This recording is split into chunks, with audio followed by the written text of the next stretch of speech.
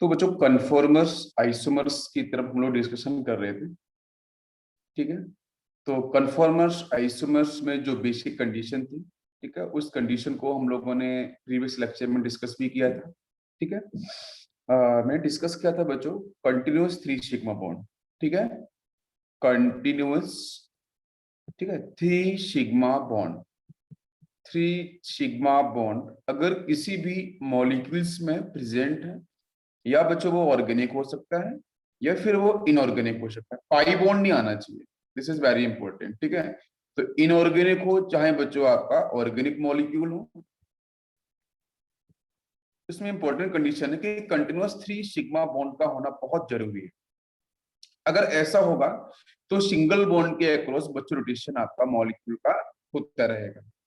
तो उसमें पहला पॉइंट वही है, फ्री रोटेशन। तो free rotation is very important for the conformers isomers, because conformers isomers के लिए जो बच्चों एनर्जी की रिक्वायरमेंट होती है, ठीक है, वो रूम टेम्परेचर पे ही इसे मिल जाती है और वो आपकी रहती है अराउंड 25 किलो जूल पर मोल। ठीक है, तो समथिंग अगर मैं बात करूं तो वो रूम टेम्परेचर पे ही आपका यहाँ पे मिलता रहता है, जिसकी वजह से आपका जो सिंगल बॉन्ड है उसके अराउंड मॉलिक्यूल्स आपके थाउजेंड्स, इन्फिनिटी, ठीक है, बहुत सारे मॉलिक्यूल्स फॉर्म कर सकता है। तो free rotation is very important. A sigma covalent bond undergoes free rotation at room temperature. ठीक है, जैसे यहाँ पे आप देख सकते हो carbon single bond carbon, carbon single bond oxygen, carbon single bond nitrogen, nitrogen single bond nitrogen, oxygen single bond oxygen. Single bond की बात कर रहा हूँ बेटा, डबल बॉन्ड की बात नहीं कर रहा हूं मैं। ठीक है, सिंगल बॉन्ड के अराउंड ही आपका फ्री रोटेशन एप्लीकेबल होगा। ठीक है, बिकॉज पाई बॉन्ड वाली अगर आप कंडीशन को याद होगा आपको, तो बच्चों सबसे पहले तो सिग्मा ही बनता है ना, आपको पता है। जैसे यहाँ पे आपका सिग्मा का फॉर्मेशन हो गया, मैंने पी और पी को कर रहा हूं मैं, ठीक है, ऑर्बिटल्स को ओवरलैप, यहां से तो आपको सिग्मा मिल जाएगा। लेकिन पाई बॉन्ड बनने के लिए बेटा size by overlapping is very important, right ना। तो उस केस में यहाँ पे ओवरलैपिंग आपकी होगी, ये साइड बाय आपकी, राइट। तो जब ये आपको पता है कि एस के साथ अगर पी आता है, एस ऑर्बिटल के साथ अगर पी ऑर्बिटल्स आते हैं, तो बच्चों हमेशा सिग्मा ही बनता है, पाई कभी नहीं बनता, ये बात ध्यान रखना। ठीक है, जो केमिकल बॉन्डिंग के जो लेक्चर्स पैरेलल चल रहे हैं आपको मैं देता भी हूँ। ठीक है, तो उन लेक्चर्स को बेटा कभी कभी आप बीच में देख सकते हो, जहां पे बहुत सारी थ्योरीज डेप्थ में मैं समझा रहा हूँ। वो रिवीजन वाले सेशन चल रहा है केमिकल बॉन्डिंग का, नीट के बच्चों के लिए प्रीवियस का, तो इसलिए आप उस लेक्चर को भी वहां पे देख लो कि सिग्मा कहाँ बनते हैं, पाई कहाँ बनते हैं, डेल्टा बॉन्ड कहाँ बनते हैं, कहाँ पे कौन सी ओवरलैपिंग पॉसिबल हो सकती है, कहाँ पे कौन सी ओवरलैपिंग पॉसिबल नहीं होती है। ठीक है, वो सारे के सारे कॉन्सेप्ट एनर्जी और एक्सेस के बेस पे डिफाइन किए गए हैं। तो उन लेक्चर्स को भी आप साथ में, अगर आपको टाइम मिलता है तो प्लीज बच्चों आप उसको देख लेना। ठीक है, उसमें बहुत सारी इंफॉर्मेशन ऐसी है जो डेफिनेटली आपको फायदा करेगी, समझ में आ जाएगा। मैं ही पढ़ा रहा हूँ, उसमें मैं ही बिल्कुल एक्सप्लेन कर रहा हूँ, बहुत इजी वे से। तो बच्चों यहाँ पे वही है कि सिग्मा बॉन्ड के अक्रॉस तो रोटेशन होना चाहेगा। अगर बच्चों यहाँ पे रोटेशन पॉसिबल हो जाता है ये, तो फिर ये पाई बॉन्ड विल ब्रेक। आप समझो कि इसमें से एक वाला पार्ट तो फिक्स होगा। मान लेते हैं पूरा ए जो एटम है वो कैसा है, अरे भाई आप मुझे बताओ फिक्स, उसको मुझे फिक्स रखना पड़ेगा। ए को मैंने फिक्स रखा है, बी ये देखो इस तरीके से, अगर बीच में इधर आपका ए है, ये आपका बी है, मैंने क्या करा है बच्चों, ए को फिक्स रखा है, बी को मैं रोटेट करा रहा हूं। तो हमारे पास इन्फिनिटी एंगल्स होते हैं, बॉन्ड एंगल्स, तो डिफरेंट डिफरेंट एंगल्स पे मुझसे रोटेट करा सकता हूं, तो बहुत सारे मॉलिक्यूल्स बन जाएंगे। लेकिन अब जरा ये इमेजिन करो दिमाग के अंदर कि ऊपर देखो साइड वाइज ओवरलैपिंग हो रही है, नीचे भी साइड वाइज ओवरलैपिंग हो रही है, सर ऊपर नीचे क्या बन रहा है, पाई बॉन्ड बन रहा है। तो जब सिग्मा को रोटेट कराओगे तो पाई बॉन्ड एक तो फिक्स है ना, देखो ए आपका फिक्स है, तो जैसे बी घुमाओगे ना pi bond will break, pi bond break कर जाएंगे। तो फिर बच्चों यहाँ पे आपको ज्योमेट्रिकल आइसोमर्स वाला केस था, याद करो मैंने पढ़ाया था ना, रिस्ट्रिक्टेड रोटेशन सिस्टम, है ना। तो उनके साथ आपका यहाँ पे कन्फॉर्मर्स आइसोमर्स नहीं मिल सकता है। पाई बॉन्ड वाले मॉलिक्यूल्स के साथ सिग्मा बॉन्ड होना बहुत जरूरी है। क्या आपको मेरी बात समझ में आ रही है, क्लियर है बच्चों। और कोवैलेंट क्यों, क्योंकि बच्चों शेयरिंग से, है ना, जो शेयरिंग इलेक्ट्रॉन्स के थ्रू बनता है, हम उसी बॉन्ड की बात कर रहे हैं। नेक्स्ट है कन्फॉर्मर्स, इसको अपन ने रोटोमर्स के नाम से भी कॉल करा था। ठीक है, जिसको कन्फॉर्मेशन बोलते हैं प्रोसेस को। तो रोटोमर्स मतलब रोटेशन के थ्रू बनता है। तो the infinity numbers of special orientation of molecules arises due to free rotation along the sigma covalent bond। ये बच्चों 3 डायमेंशनल आइसोमर्स के बारे में हम लोग पढ़ रहे हैं, ठीक है। 2 डायमेंशनल हम लोगों ने पहले पढ़े थे, 3 डायमेंशनल के अंदर बच्चों हम लोगों ने ज्योमेट्रिकल पढ़े हैं, ऑप्टिकल पढ़े हैं, बहुत सारे केसेस पढ़े हैं, और अब 3D का ये केस ये आ रहा है, कन्फॉर्मर्स आइसोमर्स, ठीक है। नेक्स्ट बेटा कन्फॉर्मेशनल आइसोमर्स क्या है, तो इसको भी हम एक बार देख लेते हैं। यहाँ पे those conformations which are most stable and have minimum potential energy are defined as conformational isomers। These are not true isomers and can never be isolated। Very important word, true isomers, not true isomers। बेटा conformers isomer true isomers नहीं होते हैं। जैसे आपको पता होगा हम लोगों ने RS को अलग किया था बेटा, याद होगा, एक बीकर में आपको जो मिल रहा था उसमें R भी था और S भी था, तो RS को मैंने अलग अलग किया था, याद है ना। तो इसको अपने रेजोल्यूशन बोला था, याद होगा। उसी तरीके से अगर मैं बात करूं सिस और ट्रांस, इनको भी मैं अलग अलग कर सकते हैं, दोनों को सेपरेट आउट कर सकते हैं स्टेबिलिटी के बेस पे, और भी डिफरेंट प्रोसेस होते हैं, ठीक है। लेकिन क्वेश्चन हमारा ये है क्या मैं कन्फॉर्मर्स आइसोमर्स को अलग अलग कर सकता हूं। जैसे एक मॉलिक्यूल दे रखा है, उस मॉलिक्यूल रोटेशन कराया, नया मॉलिक्यूल बन गया, क्यों ए और बी को मैं अलग अलग कर सकता हूं बेटा? नहीं कर सकता हूं। क्यों? क्योंकि वो रूम टेम्परेचर पे ही प्रोसीड होते हैं और कंटिन्यूअस इन्फिनिटी कंटिन्यूअस रोटेशन होता रहता है और इन्फिनिटी आपके कन्फॉर्मर्स बनते रहते हैं, तो उनको हमें सेपरेट आउट करना बहुत ही मुश्किल होता है। लेकिन एक मॉलिक्यूल के रोटेशन में कराने के बाद जितने भी सारे मॉलिक्यूल्स मिलेंगे, वो मॉलिक्यूल्स हम ये जरूर बताते हैं कि कहां पे पोटेंशियल एनर्जी किस कन्फॉर्मर्स की ज्यादा होगी। अगर पोटेंशियल एनर्जी ज्यादा होगी तो बच्चों यहाँ पे आपका जो कन्फॉर्मर्स आइसोमर्स होगा उसकी स्टेबिलिटी कैसी होगी? कम होगी। और जहां पे पोटेंशियल एनर्जी अगर बच्चों कम हो जाती है तो स्टेबिलिटी कैसी होगी? अधिक होगी। तो इस सारे के सारे जो पैटर्न है वो हम लोग देखेंगे एक करके, ठीक है। यहां तक सभी को क्लियर हो गया होगा? ओके, अब देखेंगे नेक्स्ट पॉइंट। देखो बच्चों, कन्फॉर्मेशनल एनर्जीज क्या है, ठीक है। तो कन्फॉर्मेशनल एनर्जी की अगर हम बात करते हैं तो बच्चों the rotational energy barrier is known as conformational energy। It is the potential energy difference between conformational at potential energy minima and maxima। मतलब आप समझ रहे हो, जैसे आपको मैं बताऊं, यहां देखना, ये कर्व इस तरीके से हम डिफाइन कर सकते हैं। जैसे मान के चलो बच्चों हमारे पास एक मॉलिक्यूल प्रेजेंट है, राइट। उस मॉलिक्यूल में बच्चों क्या है? आपका सिंगल कोवैलेंट बॉन्ड है, ठीक है। सिंगल कोवैलेंट बॉन्ड है, आपको सिग्मा बॉन्ड मिल रहा है, राइट। जैसे ए और बी इस तरीके से आपके कंटिन्यूअस 3 सिग्मा जरूरी है, तो बीच में एक सिंगल बॉन्ड मिल रहा है। मान के चलो मैंने आपको ए बी मॉलिक्यूल दिया, इस ए बी मॉलिक्यूल में मान के चलते हैं कि इनिशियली जो एनर्जी है वो आपकी लेस है, सपोज मान के चलते हैं। मैंने इसमें रोटेशन कराया, रोटेशन अगर एनर्जी लेस है तो बच्चों स्टेबिलिटी कैसी होगी? अधिक होगी, होगी ना। अगर मैं रोटेशन कराया आफ्टर रोटेशन, मैं यहाँ पे लिखता हूं after rotation across the single bond, तो बच्चों यहां से एक नेक्स्ट मॉलिक्यूल वही ए बी होगा, लेकिन मैं सिंगल बॉन्ड को घुमाता जा रहा हूं, तो एक नया मॉलिक्यूल बन गया। ये मॉलिक्यूल आपका फर्स्ट टाइप का है, ये मॉलिक्यूल आफ्टर रोटेशन आपका सेकंड टाइप का है। तो मैंने माना कि सपोज मैं यहाँ पे कर रहा हूं कि अगर पहले वाले मॉलिक्यूल्स की एनर्जी कम थी, तो सपोज यहाँ पे एनर्जी आपकी थोड़ी सी अधिक हो गई है एज कंपेयर टू फर्स्ट, तो यहाँ पे स्टेबिलिटी कैसी हो जाएगी? कम हो जाएगी। तो मतलब क्या है, ये फर्स्ट और सेकंड फर्स्ट की एनर्जी कम है, सेकंड की एनर्जी अधिक हो गई है, तो वो जो हम डिफरेंस निकालेंगे ना, सेकंड की एनर्जी माइनस फर्स्ट की एनर्जी का डिफरेंस। मेरी बात समझ में आ रही है? दोनों बच्चों पोटेंशियल एनर्जी है, दोनों पोटेंशियल एनर्जी का जो मैं डिफरेंस निकालूंगा, उसी डिफरेंस को बच्चों बोलते हैं कन्फॉर्मेशनल एनर्जी। इसका मतलब समझ लो आप क्या चीज। जैसे आप बच्चे थे, छोटे थे, आप 5 इयर्स के थे, 10 इयर्स के थे, ठीक है। आप लोगों ने खाना खाया, आप लोगों को अच्छे से माँ बाप का लाड़ प्यार मिला, ठीक है। आप बड़े होते गए, ठीक है, आपको सारी चीजें मिलती गई। तो मतलब क्या है, आप जब एक 17 या 16 इयर्स ओल्ड पे आप आ रहे हो, वो 10 इयर्स ओल्ड की मैं बात कर रहा हूँ, 10 और 16 इन दोनों के बीच में कहीं ना कहीं बच्चों एनर्जी का डिफरेंस है कि नहीं? राइट। आप बताओ मुझे, आप बदले तो नहीं ना? आप वही हो, आपका नाम भी वही है, सब कुछ वही है ना, सब कुछ वही है, बस डिफरेंस बच्चों किसका? वो एनर्जी का। अब जब बड़े हो गए हो तो एनर्जी अधिक हो गई है ना, और स्टेबिलिटी थोड़ी सी, एनर्जी अधिक है, स्टेबिलिटी थोड़ी सी कम है। बहुत से बच्चों में क्या होता है, स्टेबिलिटी अधिक हो जाती है, एनर्जी कम हो जाती है। किसी किसी बच्चे में एनर्जी अधिक होती है, स्टेबिलिटी कम रहती है। वो अलग अलग कॉन्सेप्ट हैं।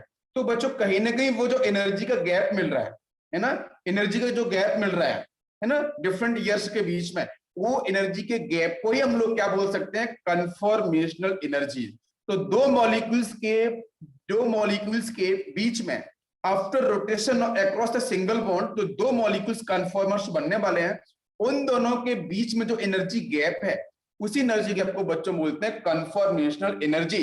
या फिर आप ऐसे भी बोल सकते हो कि एक मॉलिक्यूल से दूसरे मॉलिक्यूल में जब कन्फॉर्मर्स आइसोमर्स बनता है, तो जब कन्फॉर्मर्स आइसोमर जो बनता है, तो उसके लिए जो एनर्जी की रिक्वायरमेंट है, this particular energy is called conformational energy.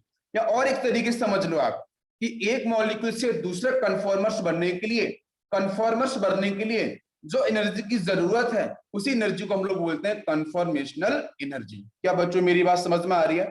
सभी बच्चों क्लियर है ना? तो पोटेंशियल एनर्जी बच्चों क्या है, वो मिनिमा और मैक्सिमा है ना, उसके बीच का जो डिफरेंस है ना। और मिनिमम मैक्सिमम बच्चों क्या, कि एक मॉलिक्यूल ए है, एक मॉलिक्यूल बी है, तो अगर इन दोनों में से किसी एक की एनर्जी तो अधिक होगी, तो जिसकी एनर्जी, मान लेते हैं कि इसकी एनर्जी जो पोटेंशियल एनर्जी कैसी है, अधिक है, और इसकी पोटेंशियल एनर्जी कम है, तो बेटा हम क्या करेंगे, डिफरेंस निकालेंगे मिनिमा एंड मैक्सिमा का। जो डिफरेंस निकल के आएगा, that difference is called conformational energy. समझ में आ गया? क्लियर है बच्चों यहां तक? ओके अब बात करेंगे हम लोग एंगल ऑफ रोटेशन, जिसको हम लोग बोलते हैं डाईहाइड्रल एंगल, या बच्चों हम लोग बोलते हैं टॉर्शनल एंगल। तो very important, yes, okay Amulya, thank you. Rotation को हम लोग क्लियर कर रहे हैं कि एंगल ऑफ रोटेशन, जिसको अपन डाईहाइड्रल एंगल के नाम से कॉल कर सकते हैं, DHA में लिखा मिल सकता है, और टॉर्शनल एंगल, ये दो अलग अलग चीजें हैं। तो इसमें the interfacial angle between the groups attached at two bonded atoms is defined as dihedral angle। अब देखो इस चीज को मैं कैसे डिफाइन करता हूं। डाईहाइड्रल एंगल को मैंने आपको शायद पिछले लेक्चर में भी डिस्कस किया था कि बच्चों एक तो आपका सिंपल सा बॉन्ड एंगल क्या होता है। पहले तो मैं आपसे, रोहित बेटा, यस कुछ डाउट्स है रोहित? देखो पहले तो मैं आपको यहाँ पे ये क्लियर करना चाह रहा हूं कि बॉन्ड एंगल क्या है। ठीक है, बॉन्ड एंगल क्या है बच्चों? तो बॉन्ड एंगल के बारे में बोल सकते हैं हम लोग, angle between to bonds, angle between to bonds eight same atom, ठीक है, उसको अपन सीधा बोलते हैं बॉन्ड एंगल। बहुत बार लिखा मिलता है कि उस मॉलिक्यूल में बॉन्ड एंगल कितना है, क्या है, तो आपको ध्यान देना है, उस बॉन्ड एंगल का मतलब है angle between two bond at same atom. Very important, से आपका ये एक सेम एटम है। मैं बोलूं बच्चों यहाँ पे AB2 टाइप एक स्ट्रक्चर है, जिसमें ए आपका सेंट्रल एलिमेंट है, बी आपका साइड एटम है। तो साइड एटम को बच्चों मैंने बोल दिया बॉन्ड पेयर। तो यहाँ पे कितने बॉन्ड पेयर्स हैं बेटा? 2 बॉन्ड पेयर्स का मतलब पता है ना? बॉन्ड पेयर ऑफ इलेक्ट्रॉन्स का मतलब ये होता है बच्चों कि जो इलेक्ट्रॉन्स बॉन्डिंग में पार्टिसिपेट करते हैं, पहले बच्चों प्योर ऑर्बिटल्स में होते हैं, फिर बच्चों वो हाइड्रेशन प्रोसेस को सपोर्ट करते हैं, देन उसके बाद ओवरलैपिंग करते हैं। ओवरलैपिंग करने के बाद बच्चों आपका रिजल्टेंट बॉन्ड बनता है। अगर हेड टू हेड ओवरलैपिंग करेंगे तो सिग्मा बनेगा, साइड वाइज करेंगे तो पाई बॉन्ड बनेगा। ठीक है ना, डेल्टा बॉन्ड पे भी जाना नहीं अपन को। तो बच्चों यहाँ पे देखो इस AB2 में क्या है, ए आपका सेंट्रल एटम है, बी आपका साइड एटम है, जिसको मैंने बोला है बी का मतलब बॉन्ड पेयर। 2 बॉन्ड पेयर्स हैं, जैसे ए आपका यहाँ पे है और बी के बारे में बच्चों बताओ, तो बी आप कहीं भी ले सकते हो, कोई इश्यू नहीं है। बी मैंने यहाँ ले लिया है और बी मैंने यहाँ ले लिया है। वैसे तो ऐसा होता है, हमारी balance electron pair repulsion theory ये बोलती है, BBT ये बोलती है कि मॉलिक्यूल्स को इस तरीके से स्पेस में अरेंज करो जहां पे डिस्टेंस साइड एटम्स के बीच में अधिक से अधिक हो, तो रिपल्सन मिनिमम हो जाएगा। क्या आपको मेरी बात समझ में आ रही है? तो बच्चों इसको मैं अरेंज तो ऐसे कर सकता हूँ ना कि मैक्सिमम जो आपका डिस्टेंस तो यही आएगा ना, ये डिस्टेंस आएगा ना मैक्सिमम 2 एटम्स के बीच में। हाँ, और यहाँ पे जो बॉन्डिंग, अब रिपल्सन बेटा कम हो जाएगा भाई, जैसे आप ऊपर से नीचे की तरफ आते जाओ। देखो 2 एटम्स यहाँ पे है सर, डिस्टेंस बहुत कम है, रिपल्सन ज्यादा होगा, और नीचे आओ सर डिस्टेंस बढ़ गई है, तो यहाँ पे रिपल्सन कम हो जाएगा। सर और नीचे आया तो डिस्टेंस और बढ़ चुकी है, रिपल्सन और कम हो चुका है। बिल्कुल, तो 180 डिग्री का एंगल आपको यहाँ पे देखने को मिल जाएगा, राइट। यस, तो बच्चों ये जो मैं बात करूं बॉन्ड एंगल का एग्जैक्ट मीनिंग क्या होता है, सभी बच्चों समझ लो प्लीज ध्यान से, ठीक है। एक सेम एटम को पकड़ लो, मैंने बोला angle between to bonds eight same atom. तो बच्चों यहाँ पे देखो ये ए बी है, यहाँ पे ए बी है, but as fix, A is the central element, है ना। तो A is the central element. तो बच्चों यहां जो थीटा मिलेगा, this theta is called only bond angle, only bond angle. क्या सभी को मेरी बात समझ में आ रही है? बॉन्ड एंगल बच्चों क्लियर हुआ कि नहीं हुआ सभी को? बिल्कुल। इसके बाद देखेंगे अपन यहाँ पे डायहेड्रल एंगल क्या है, ठीक है। छोटे छोटे से टर्म है, इसको मैं पहले ही क्लियर कर रहा हूं क्योंकि आपको फिर बाद में डाउट ना रहे। नेक्स्ट है आपका डायहाइड्रल एंगल। तो डायहाइड्रल एंगल बच्चों क्या है?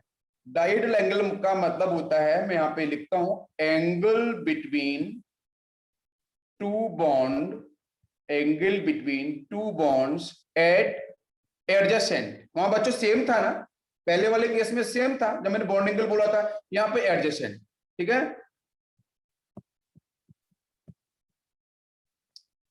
एडजेसेंट, यस, ठीक है, एट एडजेसेंट एटम।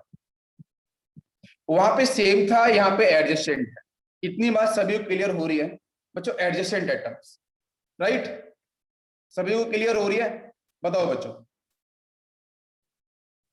ठीक, अब देखो इसको मैं कैसे डिफाइन करता हूं, मेरी बात सुनना ध्यान से बच्चों, बहुत ही इंपॉर्टेंट है और बहुत ही इजी है। मान के चलो मैंने यहाँ पे एक मॉलिक्यूल ले लिया है, मॉलिक्यूल बच्चों लिया है मैंने ये वाला, ठीक है, ये मॉलिक्यूल ले लिया मैंने। अब इस मॉलिक्यूल में आपको बताना है कि सर बॉन्ड एंगल प्रेजेंट कहाँ है और सर डायहाइड्रल एंगल कहाँ प्रेजेंट है। दोनों का मतलब अलग अलग है। बॉन्ड एंगल बच्चों सेम एटम के साथ रिप्रेजेंट किया जाता है और ये बच्चों एडजेसेंट एटम के साथ रिप्रेजेंट किया जाता है। सर ये डिफरेंस तो क्लियर हो गया है। बट यहाँ पे बॉन्ड एंगल, तो बच्चों देखो सामने फ्रंट देखो, मैं आपको बोलूं ये वाला एटम, ये जो ब्लैक कलर से दिख रहा है ना, मैं रेड कर दिया है, इस एटम पे देखो बच्चों, तो क्या 4 सिग्मा दिख रहे हैं आपको? जल्दी से बताओ। बिल्कुल, एक सिग्मा ये दिख रहा है, दूसरा सिग्मा यहाँ पे है, तीसरा सिग्मा ये है और एक 4 सिग्मा ये है। मैं ना थोड़ा सा जूम कर देता हूं आपको और बेटर वे से समझ में आ जाए। अब इस तरीके से देखो, अब देखो, अब और आपको क्लियर हो जाएगा अच्छे से। देखो एक एटम आपको परफेक्टली बच्चों ये दिख रहा है, ध्यान दो, एक एटम आपको यहाँ दिख रहा है। एक्चुअली मॉलिक्यूल कौन सा है? ये एटम कार्बन है, यहाँ इस एटम को हाइड्रोजन है, ये भी हाइड्रोजन है, हाइड्रोजन है। बेटा ध्यान से बताना ये मॉलिक्यूल कौन सा, हम लोग ये पीछे बना हुआ एक आपका हाइड्रोजन है और ये वाला आपका भी कार्बन है।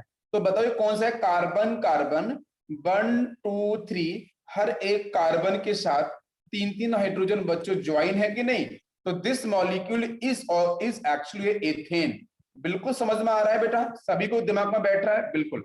अभी देखना ध्यान से, इसमें से इस वाले एटम को बेटा हम क्या मान लें? फ्रंट कार्बन एटम मान लेना पे से, और इस पीछे वाले को बेटा मान सकते हैं बैक कार्बन एटम। कोई डाउट इसमें नहीं? आपके सामने देखो थोड़ा सा तिरछा बनाया गया है और तिरछा ये बनाया गया है तो कौन सा बेटा, ये कौन सा स्ट्रक्चर? साहौस प्रोजेक्शन। मैंने आपको पढ़ाया था, ये साहौस प्रोजेक्शन है। इस तरीके से बताया था ना मैंने, याद करो बच्चों, यूं बताया था ना मैंने, ये याद करो यहाँ पे इस तरीके से, दिस इज साहौस प्रोजेक्शन, ठीक है। वो सर्किल और डॉट करके बनाया था, वो था न्यूमैन प्रोजेक्शन। अरे इतनी बात क्लियर हो रही है बच्चों? अरे ये वाला याद है कि नहीं? ठीक है, हाँ ये था आपका न्यूमैन प्रोजेक्शन और नीचे वाला था साहौस प्रोजेक्शन। हाँ एक्चुअली बिल्कुल, हंग्री कैट, डेफिनेटली करेक्ट। तो अब देखेंगे हम लोग यहाँ पे, बिल्कुल परफेक्ट।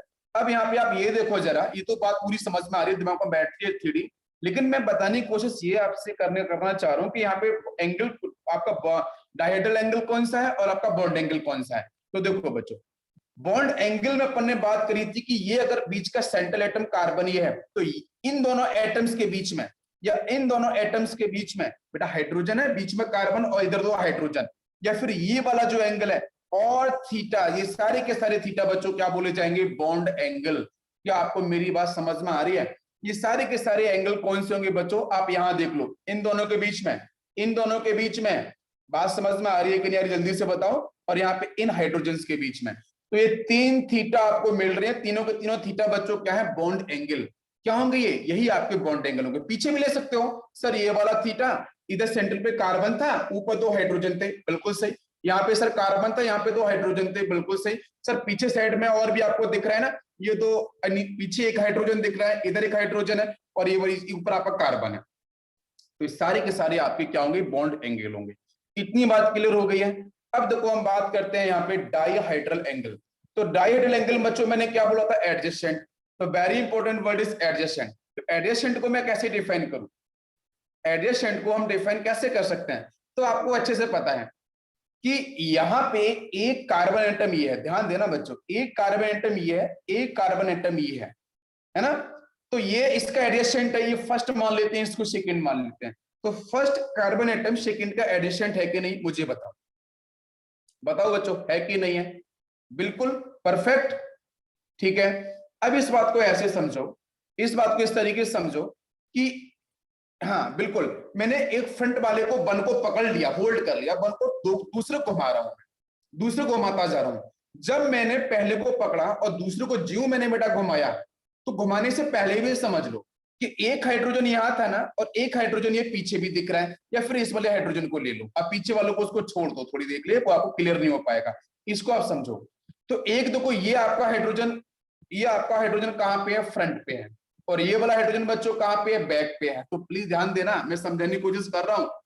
तो बच्चों एक्चुअली क्या दिखेगा आपको, एक्चुअली देखो बीच में सिंगल बॉन्ड दिख रहा है, वो सिंगल बॉन्ड बहुत बड़ा तो होता नहीं है बच्चों, बात समझ में आ रही है भाई? 2 कार्बन एटम के बीच में सिंगल बॉन्ड बहुत लंबा लेंथ तो होता नहीं है भाई, मैं मॉलिक्यूल्स की बात कर रहा हूं। तो एटम्स बहुत क्लोज होते हैं, क्या आपको मेरी बात समझ में आ रही है? एटम्स बहुत क्लोज है, मतलब दोनों जो कार्बन एटम दिख रहे हैं वो बहुत क्लोज है। मैं एडिशन में बेटा बताना चाह रहा हूँ डायहेड्रल एंगल के बारे में, बॉन्ड एंगल क्लियर तो हो चुका है, दोनों कार्बन एटम बहुत क्लोज है। तो जब बच्चों एक हाइड्रोजन एटम इधर होगा, एक हाइड्रोजन एटम इधर होगा, थोड़ा इमेजर करना पड़ेगा प्लीज बच्चों। देखो दोनों आपके कार्बन क्लोज हैं कि नहीं, बिल्कुल। तो एक इस पर हाइड्रोजन इधर होगा, आप यूं समझो इस तरीके से, ठीक है। अभी ये क्लियर है, ये सभी को पसंद है ना?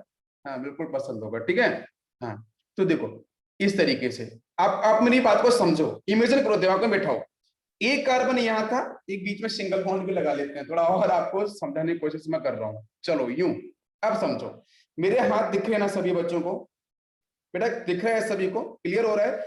ये देखो दोनों मेरे जो हाथ है, मैं इधर मैंने इस तरीके से किया हुआ है, ये देखो बच्चों आपके दोनों कार्बन है, बीच में ये सिंगल बॉन्ड दिख रहा है ना, और इधर ऊपर तो हाइड्रोजन आपको परफेक्टली दिख रही होगी। अभी देखो दोनों बेटा यहाँ पे जो सिंगल बॉन्ड है बहुत लंबा तो होता नहीं है, तो इसको हम क्या मानते हैं, एज्यूम करके दोनों को हम क्लोज मानते हैं, दोनों को क्लोज मानते हैं। तो इस सिंगल बॉन्ड को मैं गायब कर दूं, उसको मानू ही ना। तो अब ये देखो एक हाइड्रोजन ये है, एक हाइड्रोजन ये है, दोनों के बीच में एंगल कौन सा होगा, ये वाला एंगल आएगा ना, बताओ जल्दी से मुझे, बताओ बच्चों जल्दी से। एक कार्बन ये है, दूसरा कार्बन ये है, ये 2 हाइड्रोजन है, उनके बीच का जो एंगल आपको थीटा मिलेगा, this theta is called dihedral angle. क्या सभी को मेरी बात समझ में आ रही है? जल्दी से बताओ, यही बच्चों डाइहाइड्रल एंगल है। बेटा 3D बताने की मैं कोशिश कर रहा हूं, है ना। अभी यहां देखो, अब मैंने क्या किया, रोटेशन पे करते हैं जरा, मैंने इसको यूं घुमाया, देखो ध्यान से, इसको तो मैंने फिक्स रखा, इसको मैंने फिक्स रखा, मतलब कार्बन एटम, प्लीज बच्चों ओवरलैप नहीं है, ओवरलैप नहीं है, ओवरलैपिंग नहीं, एक कार्बन दूसरे कार्बन को ओवरलैप नहीं करने वाला है, वो ओवरलैप 3D की बात कर रहे हैं। आप जब मॉलिक्यूल को फ्रंट से देखोगे, आप मुझे बताओ सीरियसली बताना, जब मैंने कैट का एग्जांपल दे रहा था, बिल्ली को आप सामने से देखो तो बिल्ली के पीछे वाली टांगे आपको नहीं दिखाई देगी, बताओ सीरियसली बताओ। अगर बिल्ली पैरेलल खड़ी हुई है तो पीछे की दोनों टांगे नहीं दिखने वाली ना आपको। आप बैक साइड से देखो बिल्ली को, तो उसके फ्रंट की टांगे पैरेलल नहीं दिखने वाली है मेरे भाई, बिल्कुल नहीं दिखा। अगर 3D में सही से पैरेलल खड़ी हुई है वो, अगर पैरों को इधर उधर करके खड़ी है तो वो एक अलग केस, ठीक है। अभी भाई पूरा जो एथेन मॉलिक्यूल है वो जो कितना छोटा होता है मुझे बताओ, एथेन मॉलिक्यूल्स कोई ऐसा तो होता नहीं कि कोई बिल्डिंग है, कोई घर है बड़ा सा, वो बीच में सिंगल बॉन्ड दिखाई दे रहा है, वो जो बहुत क्लोज होते हैं। सीरियसली मैं बोलूं आपसे, hydrogen single bond hydrogen, H2 gas, O2 gas की फेज में आपको कहीं दिखता है कि सर बीच में डबल बॉन्ड है, वो मैं ले रहा हूं, हमारा रेस्पिरेशन प्रोसेस चल रहा है, ऐसा कहीं होता है क्या? नहीं, ये सिर्फ हम लोग बॉन्ड की जो कॉन्सेप्ट है वो हम केमिकल बॉन्डिंग से डिफरेंट थ्योरीज है उनके बेस पर हम लोग लेते हैं, क्योंकि हमारे बहुत ग्रेट साइंटिस्ट लोगों ने इन थ्योरी को प्रपोज किया है, डिफाइन किया है। तो उन रिस्पेक्टिव इन ग्रेट लोगों की हम लोग वैल्यू करते हैं, कदर करते हैं, इसलिए उन बात को मानते हैं। जैसे आप लोग अपने माता पिता की बात मानते हो ना, हाँ इस तरीके से मानना चाहिए बड़े लोगों की बात। तो देखो बच्चों यहाँ पे बीच में मैं सिंगल बॉन्ड को फिनिश कर दिया, अभी इसको मैंने फिक्स रखा, मैं थोड़ा और इसको मैंने फिक्स रखा, ठीक है, ये देखो, इधर देखो, इसको मैंने फिक्स रख दिया है। अब इसको मैं घुमाता हूँ, देखो यूं, देखो घूम रहा है, यूं घूम रहा है। जल्दी से बताओ ये घूम रहा है कि नहीं घूम रहा है? बिल्कुल घूमता जा रहा है। देखो ये पहुंच गया नीचे, और फिर से पूरा हाथ नहीं घूमेगा मेरा, है ना? इतना तो फ्री रोटेशन नहीं आता होगा मेरा, किसी का नहीं होता। और फिर इसको ना मैं यूं कर लेता हूँ, और यूं ऐसे घूम रहा है, घूमते घूमते घूमते, और फिर से देखो कितने सारे एंगल्स बच्चों, 360 डिग्री तो आपको दिख ही रहा है, लेकिन 0 से लेके और 360 के बीच में इंफिनिटी एंगल्स होते हैं।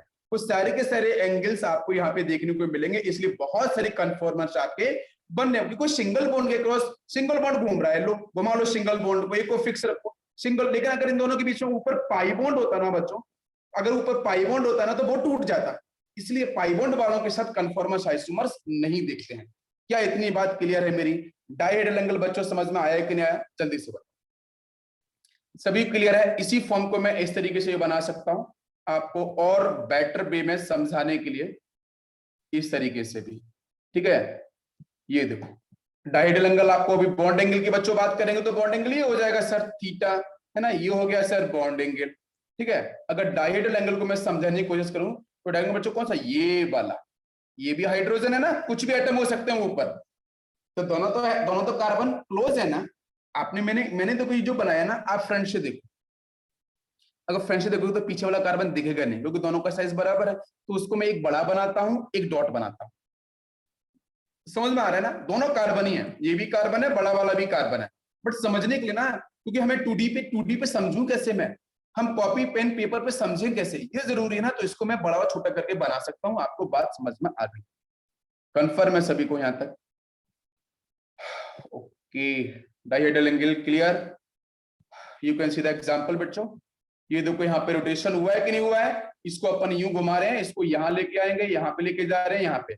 ये वाला पीछे वाला फिक्स है, ये फिक्स रखा गया है। फ्रंट वाले को मैं देखो रोटेट, जो अभी रोटेट कराया था मैंने अपने हाथों को, वही है कराया बच्चों रोटेट। तो देखो ये यहाँ पे गया तो यहाँ पे आ गया, यहाँ पे आ गया, यहाँ पे हो गया ना।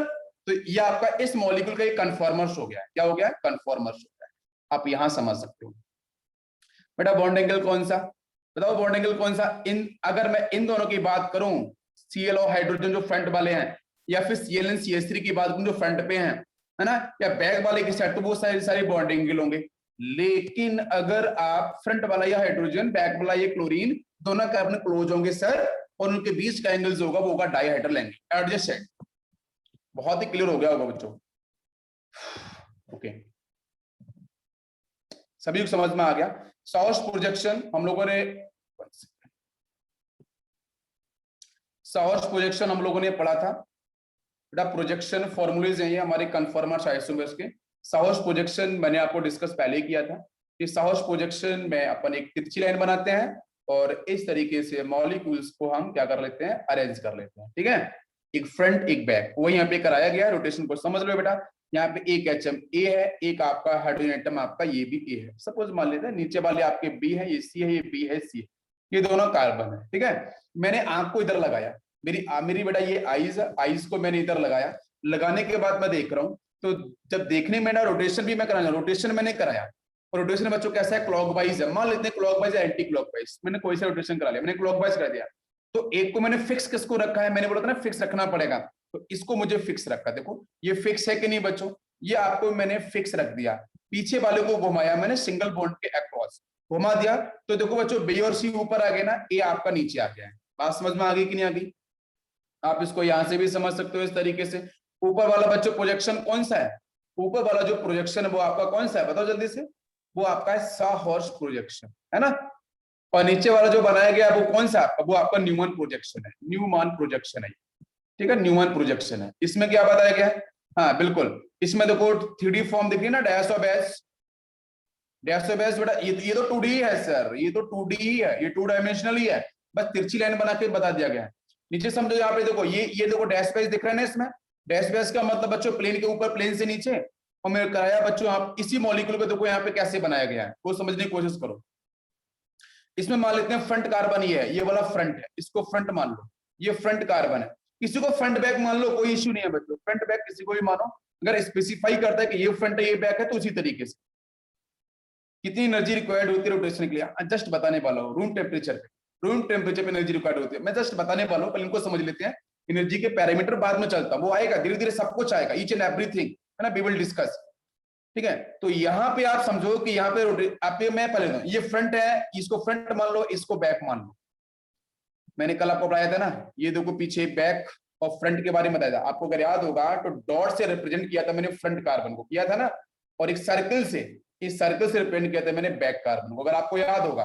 तो ये फ्रंट एक बैक, एक फ्रंट मान लो, एक बैक मान लो, और बाकी आपके तीन तीन दोनों तरफ हाइड्रोजन है, आप ज्वाइन करा सकते हो, ये बन गया आपका मॉलिक्यूल। क्लियर है? चलो, ये हो गया आपके यहाँ पे प्रोजेक्शन में। न्यूमन प्रोजेक्शन को देखो बताया भी गया है, आप इसको समझ लो। क्लियर है? अभी क्वेश्चन हमारा ये है कि सर स्ट्रेन, थोड़ा स्ट्रेन को ही बताओ सर। ठीक है,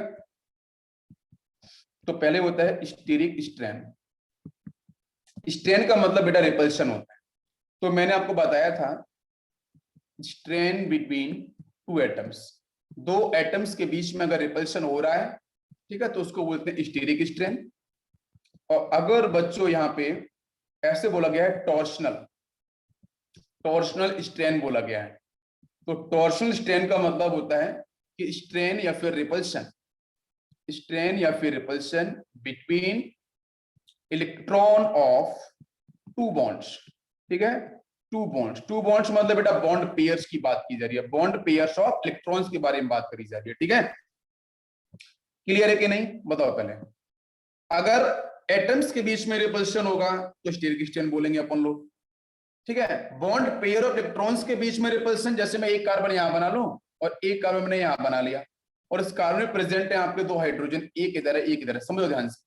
अगर इन दोनों हाइड्रोजन के बीच में रिपल्शन हो रहा है तो this repulsion is called steric repulsion. ठीक है, स्टेरिक बल्कीनेस, स्टेरिक का मतलब बल्कीनेस।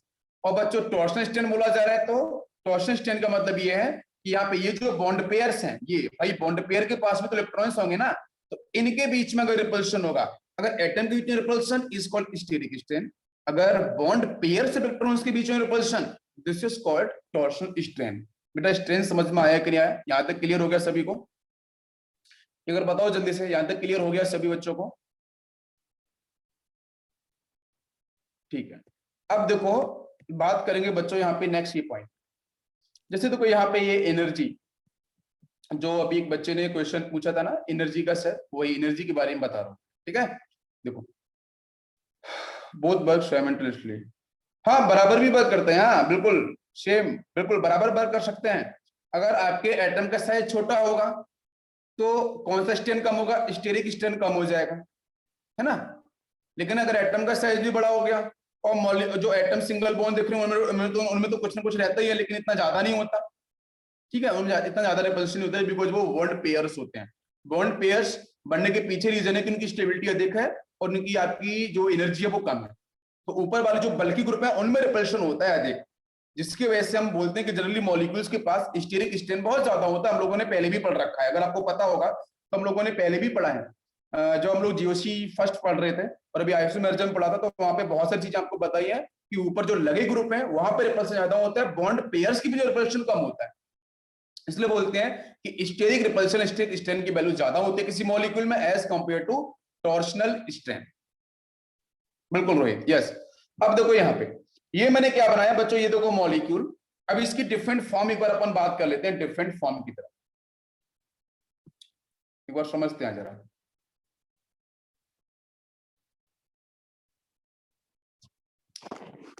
इधर मैं समझाता हूं, चलो।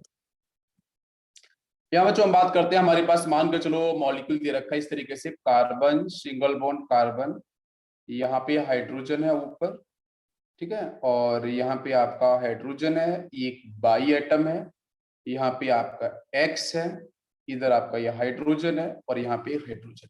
ये मॉलिक्यूल आपको गिवन है, समझना ध्यान से, यहाँ पे मॉलिक्यूल्स आपको गिवन है। इसके देखो कन्फॉर्मर्स मैं कैसे कैसे बनाता हूँ किस तरीके से, और हमारे सिलेबस में 30 डिग्री के मल्टीपल फॉर्म ही आपके सारे के सारे डिफाइन किए गए। तो सबसे पहला फॉर्म मैं यहाँ पे डिस्कस करूंगा, मैं जो फॉर्म बच्चों में डिस्कस करने वाला हूँ ये आपका न्यूमन प्रोजेक्शन। ठीक है, न्यूमन प्रोजेक्शन को लेके हम लोग पहले डिस्कस करते हैं। ठीक है, देखो सबसे पहले फर्स्ट फॉर्म लेते हैं इसकी।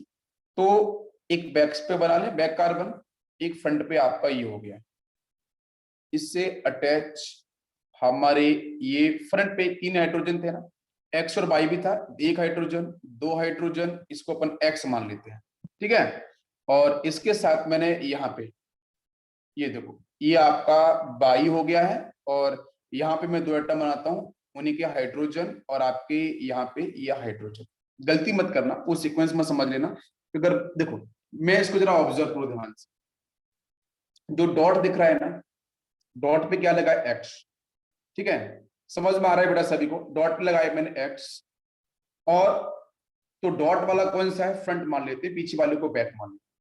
इसमें एक कार्बन फ्रंट है, एक कार्बन बैक है, ऐसा मैंने मान लिया है। और मानने के बाद मैंने एक पे बाई अटैच है, दो हाइड्रोजन, पीछे एक पे आपके एक्स अटैच है और दो हाइड्रोजन, ठीक है। क्योंकि अलग अलग जगह अलग अलग टीचर्स अलग तरीके से बोला है, किसी को फ्रंट किसी को बैक। लेकिन आप कोशिश ये करो समझने की कि अगर फ्रंट वाले पे, अगर इसको मैंने फ्रंट माना, तो इसमें बाई अटैच है, दो हाइड्रोजन, पीछे वाले पे एक एक्स है और बाकी दो हाइड्रोजन है, मैंने वैसे ही बना लिया। तो पहले वाले मैंने यहाँ पे जोड़, देखो पीछे दिख रहा है ना भाई, बाई दिख रहा है, बाकी दो हाइड्रोजन दिख रहे हैं, जो रेड कलर से बनाया है मैंने, ठीक है। समझ में आ रहा है कि नहीं आ रहा है, पहले ये बताओ। इसको रेड से बना देते हैं, इसको हम रेड कलर से पूरा बना देते हैं, तो बेटर रहेगा। देखो ये देखो, अब ठीक है, यूं देखो, समझ में आ रहा होगा। उसके साथ वो बाई अटैच है, बाई दिख रहा है एच और एच, भाई फ्रंट मान लेते हैं थोड़ी देर के लिए कि ये कार्बन फ्रंट है, फ्रंट पे बाई अटैच है, तो फ्रंट को मैं देखूंगा तो बड़ा दिखेगा ना, तो मैंने सर्कल बना दिया, सो एच थोड़ी देर के लिए मान के चलो बस। उस पर बाई जोड़ दिया मैंने, बाई जुड़ा हुआ है, और दो हाइड्रोजन, और मैंने उसकी तरफ ही एक्स, तो मतलब एक्स और बाई क्या होंगे, बराबर आएंगे ना। एक्स और बाई एक दूसरे को ओवरलैप करेंगे, जब एक दूसरे को ओवरलैप करेंगे तो मुझे बताओ यहाँ पे रिपल्शन होगा कि नहीं होगा बेटा, बिल्कुल रिपल्शन होने वाला है। तो रिपल्शन जब होगा तो पहले बेटा इस फॉर्म का नाम क्या है, तो इस फॉर्म का नाम होता है आपका, दिस इज कॉल्ड फुली एक्लिप्स्ड। इसका नाम होता है फुली एक्लिप्स्ड। एक्लिप्स्ड का मतलब क्या होता है, पूरी तरीके से ढकने वाला। सारे के सारे एटम एक दूसरे को पूरी तरीके से ढकेंगे, कवर करेंगे, तो इसको बोलते हैं फुली एक्लिप्स्ड फॉर्म। अभी मैंने इस फुली एक्लिप्स्ड फॉर्म के अंदर मैंने कराया बच्चों रोटेशन, और रोटेशन हमारे सिलेबस में जो है वो आपका 60 डिग्री का है। तो मैंने बच्चों यहाँ पे कराया रोटेशन 60 डिग्री का सिंगल बॉन्ड के अक्रॉस। तो मैं 60 डिग्री करूंगा रोटेशन, तो सारी के सारी पोजीशन बदलने बाद एक को फिक्स करना पड़ेगा। मैंने फिक्स बच्चों कैसे कर लिया, फिक्स मैंने कर दिया सपोज पीछे वाले को, ये बैक साइड है ना ये वाला, इसको मैंने फिक्स कर दिया, इस कार्बन को मैंने फिक्स कर दिया है, और इसको मैं घुमाता जाऊंगा।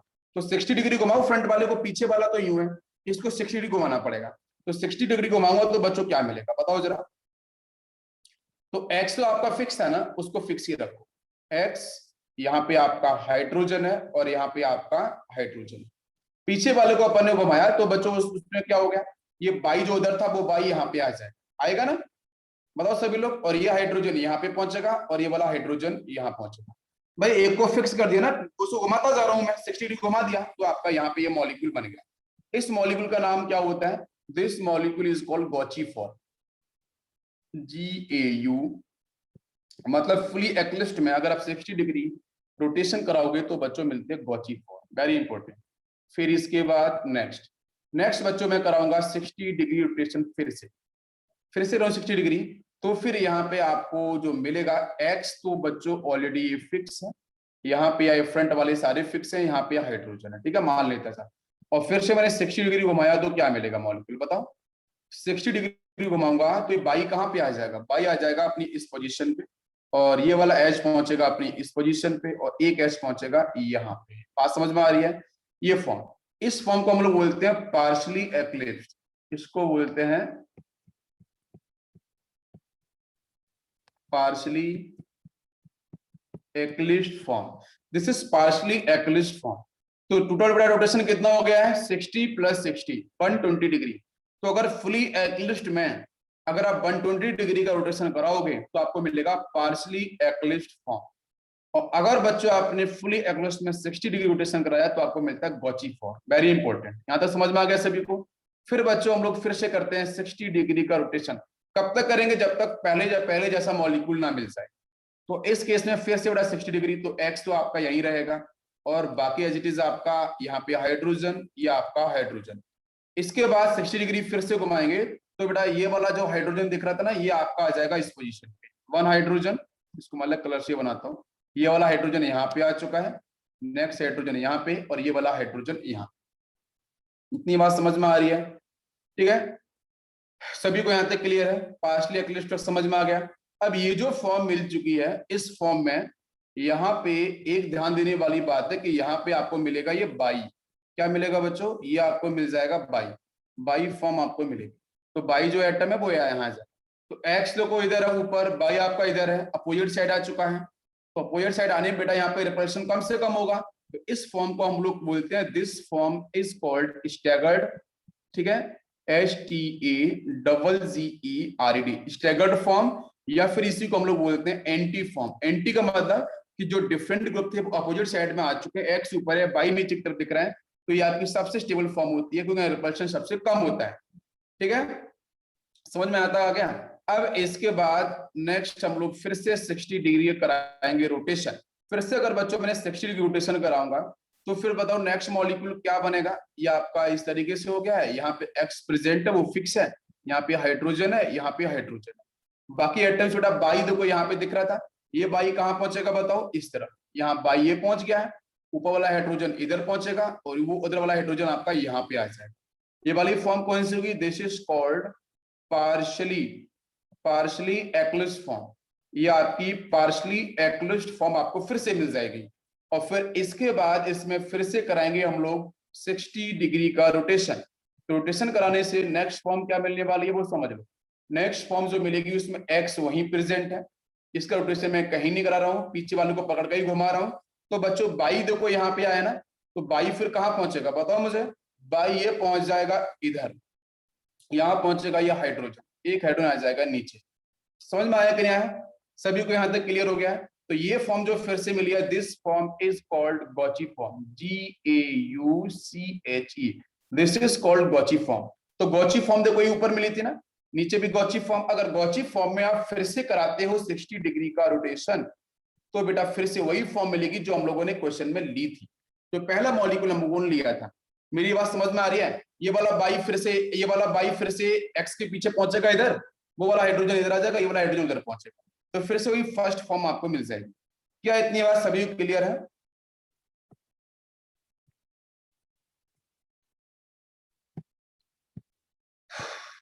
अब देखो मैं यहीं पे करता हूं बच्चों एक नेक्स्ट पॉइंट एक्सप्लेन, कि जितनी हमारी फॉर्म मिली है, ठीक है, इन फॉर्म्स के अंदर हमें स्टेबल फॉर्म कौन सी मिल रही है, मुझे सबसे स्टेबल फॉर्म कौन सी मिलेगी।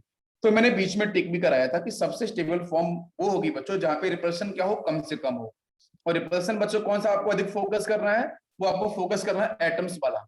तो देखो यहाँ पे ये एक्स ऊपर है, यहाँ पे हाइड्रोजन ये है, बाकी सारे के सारे हाइड्रोजन भी दूर ही दूर है, तो मतलब यहाँ पे ये बेटा हो गई एंटी फॉर्म। तो जो स्टैगर्ड फॉर्म है, एंटी फॉर्म है, ये बच्चों होती है सबसे अधिक स्टेबल। मेरी बात समझ में आ रही है, जो एंटी फॉर्म है सबसे अधिक स्टेबल। अगर मैं पूछूं स्टैगर्ड फॉर्म के अंदर स्टेरिक स्ट्रेन कितना होगा, मिनिमम होगा, रिपल्शन होगा ही नहीं ना। टॉर्शन स्ट्रेन कितना होगा, ये भी सर मिनिमम ही होगा। मैं अगर आपसे पूछूं कि पोटेंशियल एनर्जी सर की, अगर स्ट्रेन मिनिमम है तो पोटेंशियल एनर्जी क्या होगी, सर ये भी बहुत कम होगी। मैं बोलूं स्टेबिलिटी क्या होगी, तो ये सर सबसे ज्यादा होगी, मैक्सिमम होगी, मैक्स होगी। ये बात समझ में आ रही है, क्योंकि एक्स ऊपर है, बाई सबसे नीचे की तरफ दिख रहा है, तो मतलब रिपल्शन तो नहीं होने वाला ना इन दोनों के बीच में, हाइड्रोजन भी दूर दूर है। तो सबसे अधिक स्टेबल फॉर्म बच्चों कौन सी दिख रही है, स्टैगर्ड फॉर्म। क्या आपको मेरी बात समझ में आ रही है?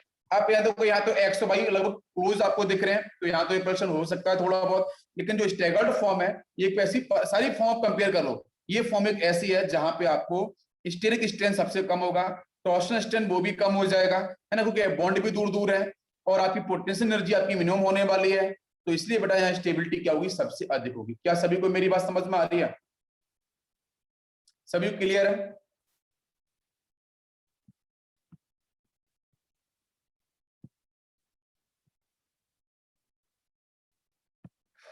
अब समझते हैं हम लोग यहाँ पे नेक्स्ट पॉइंट। नेक्स्ट पॉइंट है कि सबसे अधिक अनस्टेबल कौन है या लेस स्टेबल कौन है। तो मेरा आंसर होगा फुली एक्लिप्स्ड। शन्मेश,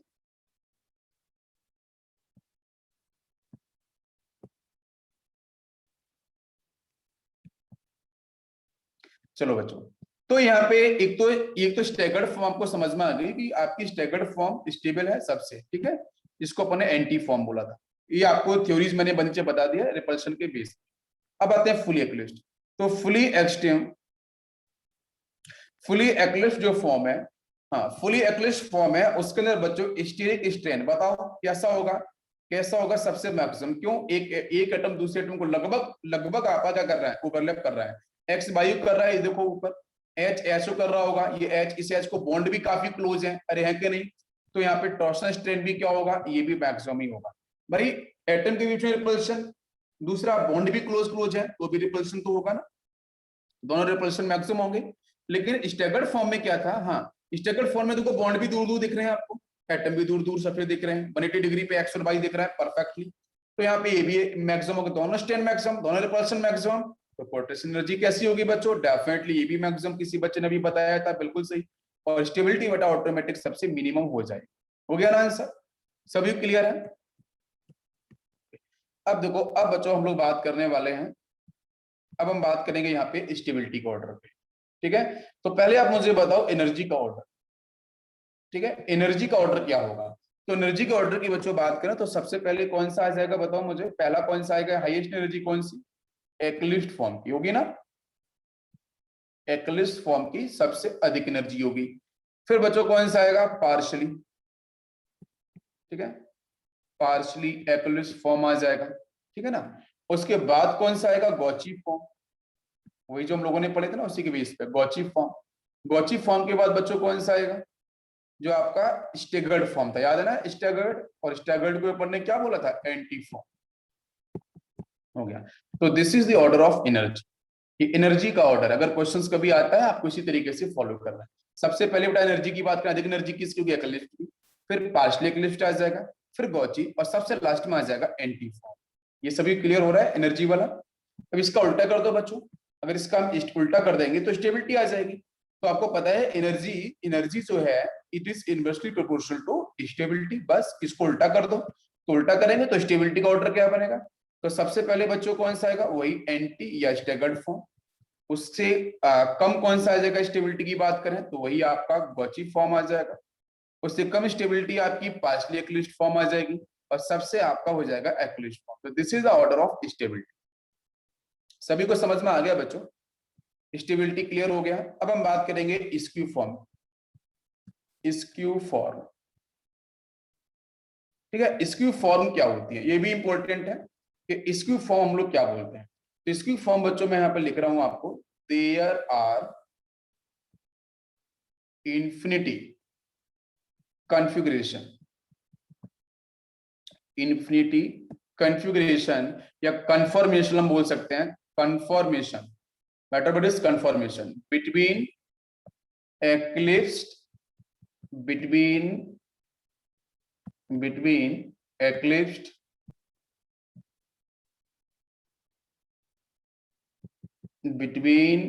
eclipsed and staggered,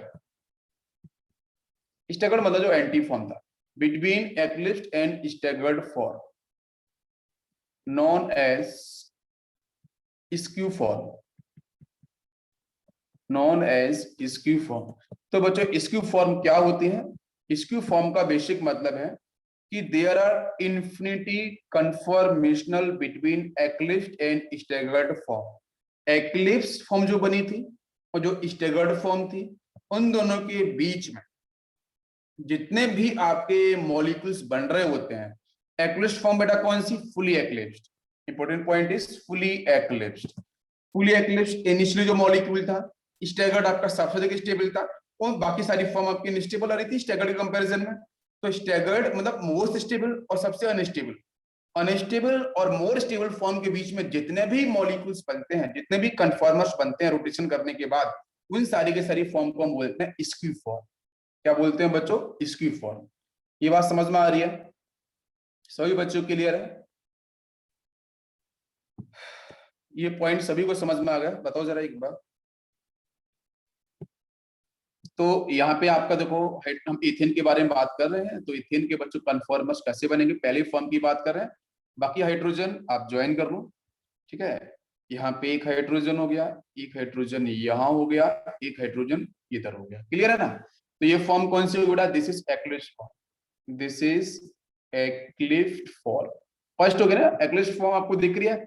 अच्छा, इसके बाद बच्चों हमारे सिलेबस में जो एंगल है वो 60 डिग्री के बेस पे ही है, उसके मल्टीपल फॉर्म मैंने बताए थे, गॉसियन एक्लिप्स स्टैगर्ड फॉर्म बनेंगे, बाकी स्क्यू फॉर्म होंगे। बनाओ प्लीज रोहित यार बेटा, प्लीज कॉपी पे बनाओ, क्योंकि अभी मॉलिक्यूल्स अभी बदलते हैं ना, तो फिर चीजें बदल जाती हैं। प्रैक्टिस करना इंपॉर्टेंट है, ठीक है।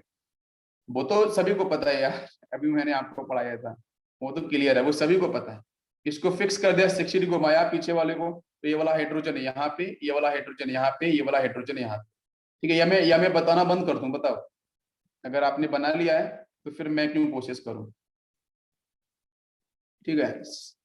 यहाँ पे फिर से 60 कराएंगे रोटेशन, तो नेक्स्ट मॉलिक्यूल क्या बनेगा, या हाइड्रोजन तो फिक्स कराएंगे, ठीक है। और इसके पीछे देखोगे तो ये वाला हाइड्रोजन कहाँ पहुंचेगा, बताओ बच्चों। ये सेकंड फॉर्म, जो पहली फॉर्म एक्लिस्ट फॉर्म थी, सेकंड फॉर्म क्या बनेगी बताओ बेटा। सेकंड फॉर्म क्या होगी, स्टैगर्ड फॉर्म ना। हाँ तो कोई इश्यू ही नहीं है ना, अपोजिट साइड देख लो, हाँ, वही स्टैगर्ड होगी। यहाँ पे 180 डिग्री एंगल होगा, बॉन्ड सबसे दूर दूर होंगे, ठीक है, वो तो दिखेगा ना आपको। स्टैगर्ड फॉर्म, ये वाली स्टैगर्ड फॉर्म हो जाएगी। सब दूर दिख रहे हैं ना यहाँ पे, अरे स्टैगर्ड फॉर्म दिख रहा है, ऊपर हाइड्रोजन है, सब दूरी दूर दिख रहे हैं, बॉन्ड भी दूर है, एटम भी दूर दूर है। 60 फॉर्म कराया तो फिर क्या बनेगा, बताओ नेक्स्ट फॉर्म। करेक्ट, बताओ बच्चों, नेक्स्ट फॉर्म क्या बननी चाहिए।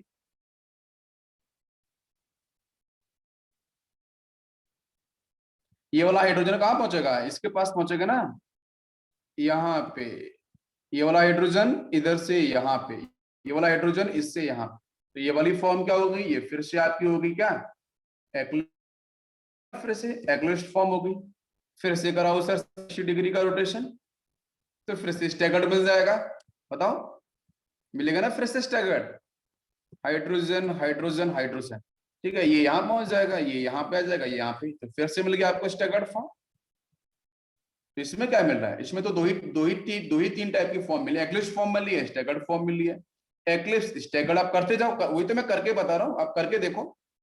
स्टैगर्ड फॉर्म मिल रही है और एक्लिप्स फॉर्म मिली, दो ही फॉर्म मिलती जा रही है। फिर से घुमाओगे तो फिर से मिल जाएगी एक्लिप्स, फिर से स्टैगर्ड मिल जाएगी।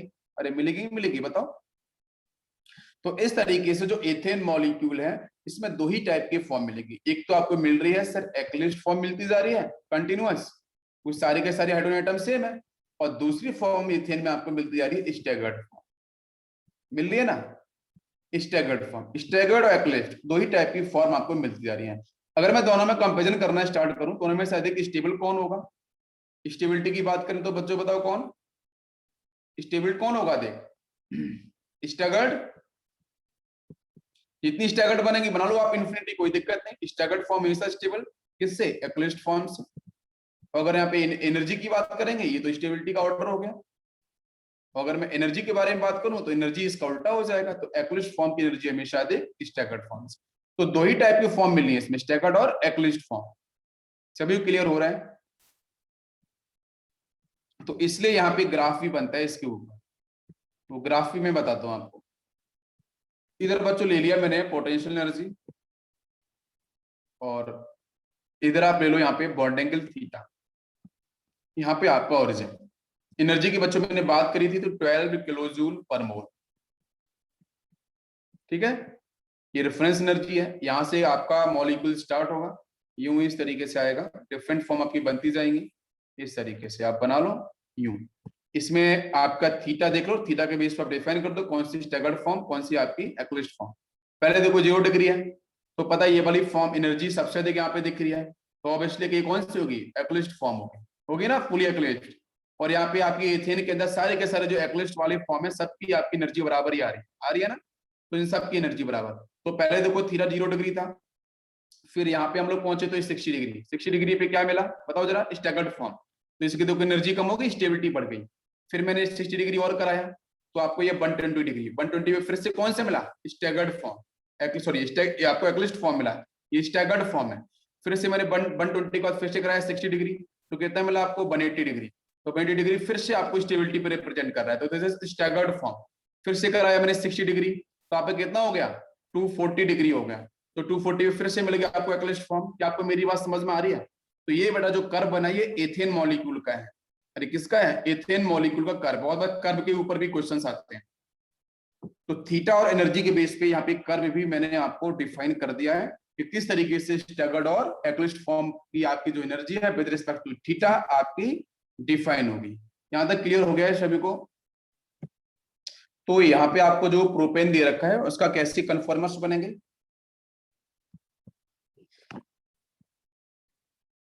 तो क्या करना पड़ेगा, इसको पहले तो एक्सपेंड करना पड़ेगा।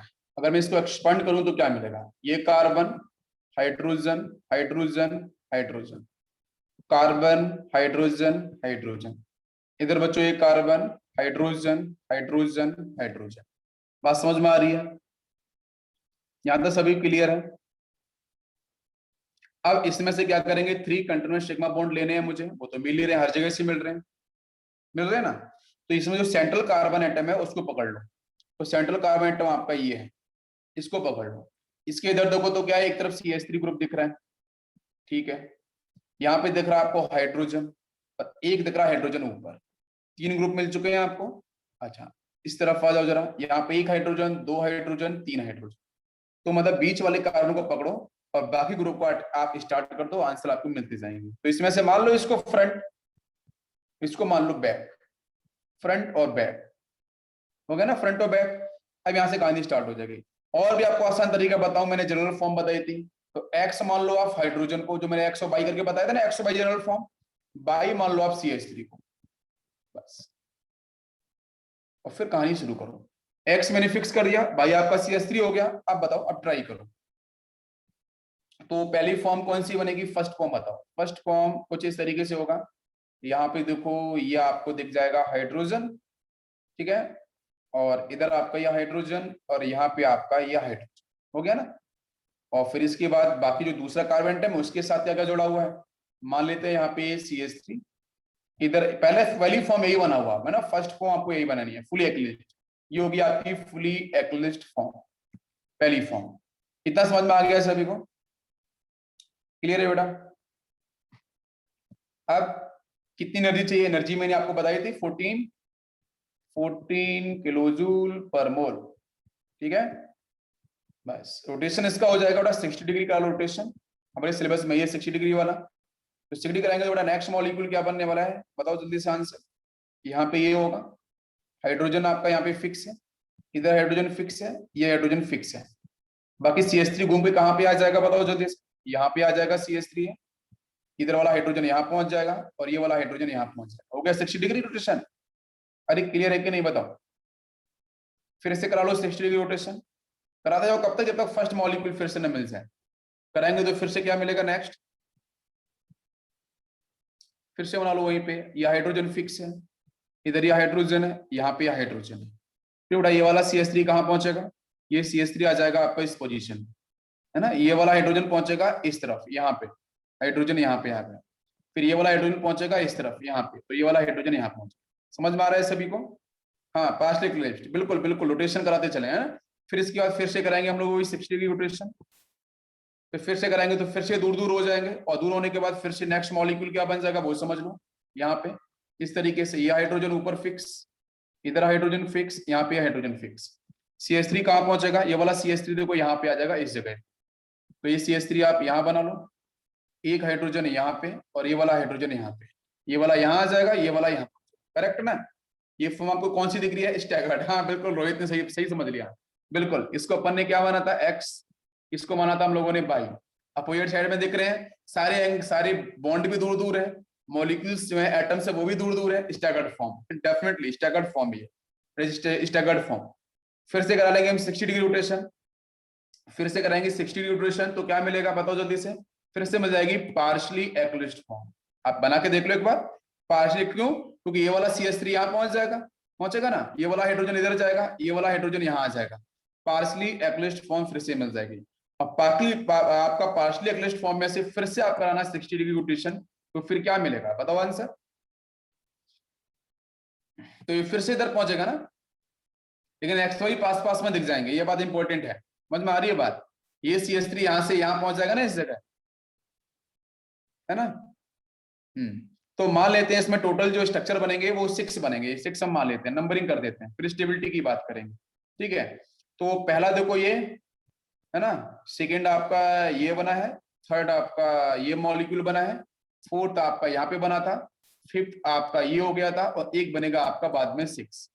ठीक है, ये 6 फॉर्म आपको यहाँ मिल जाएंगे। अगर यहाँ पे स्टेबिलिटी का ऑर्डर की बात करूं तो मुझे बताओ स्टेबिलिटी का ऑर्डर क्या हो। स्टेबिलिटी के ऑर्डर की बात करूं तो मुझे बताओ कौन कौन सी एक्लिस्ट फॉर्म मिली थी, आपने ड्रॉ किया होगा अपनी कॉपी पे, कौन कौन सी एक्लिस्ट फॉर्म मिलेंगी बताओ। एक तो पहली फॉर्म एक्लिस्ट होगी, बिल्कुल सही। और कौन सी तीसरी फॉर्म एक्लिस्ट होगी, और पांचवी फॉर्म, ये फोर्थ ही, ये पांच, ये देखो फिफ्थ में ये पांच एक्लिस्ट। तो कौन कौन सी फॉर्म मिली आपको एक्लिस्ट वाली, तो जो एक्लिस्ट फॉर्म मिली होंगी आपको सभी को, वो 1 मिला होगा, और 3 मिला होगा, और 5 मिला होगा। तो इन तीनों की एनर्जी क्या होगी आपस में, बराबर। अरे होगी ना एनर्जी बराबर। तो 1 3 5 एक्लिस्ट फॉर्म में तीनों की एनर्जी बराबर होगी। इसके बाद बेटा रटना नहीं है कि जो मीथेन वाला रट लिया था वही आंसर हमेशा बना रहेगा, ऐसा नहीं है। मॉलिक्यूल्स बदलते रहेंगे तो आंसर बदलेंगे। अब मैं बात करूं यहाँ पे स्टैगर्ड फॉर्म, तो स्टैगर्ड फॉर्म बताओ कौन कौन सी मिलेगी। स्टैगर्ड फॉर्म, एक तो आपकी दूसरी फॉर्म स्टैगर्ड आ गई थी ना, ठीक है, टू दूसरी फॉर्म हो जाएगी, और कौन सी होगी, फोर्थ हो जाएगी, और कौन सी हुई होगी, सिक्स हुई होगी। आप चेक कर लो, 2 4 6 इन तीनों की एनर्जी बराबर होगी। 1 3 5 एक्लिस्ट फॉर्म, तीनों की एनर्जी बराबर, 2 4 6 तीनों की एनर्जी बराबर, स्टैगर्ड फॉर्म। हो गया ना, सभी क्लियर हो गया। अब यहाँ पे इसका ग्राफ भी बनाएंगे हम लोग, ठीक है। तो ग्राफ बनाऊंगा मैं इस तरह,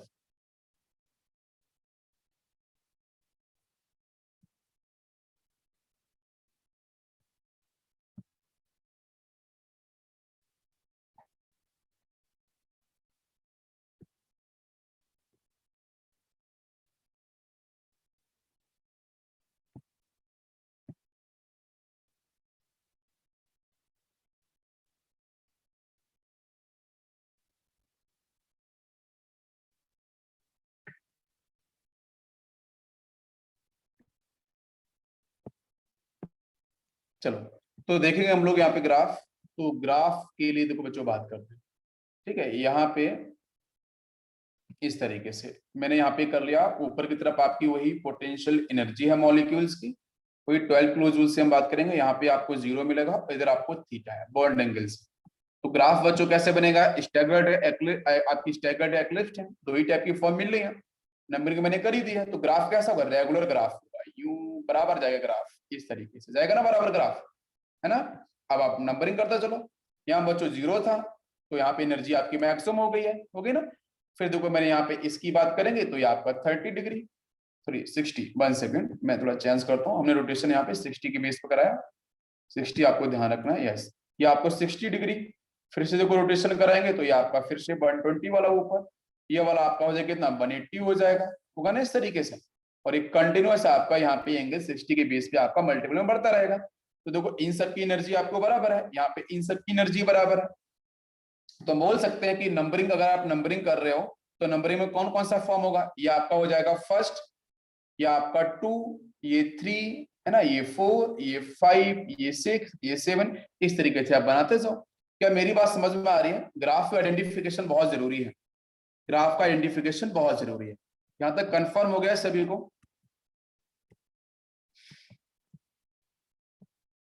ओके, इसके बाद नेक्स्ट क्वेश्चन पर चलते हैं। नेक्स्ट क्वेश्चन है आपका ब्यूटेन, ठीक है, ब्यूटेन।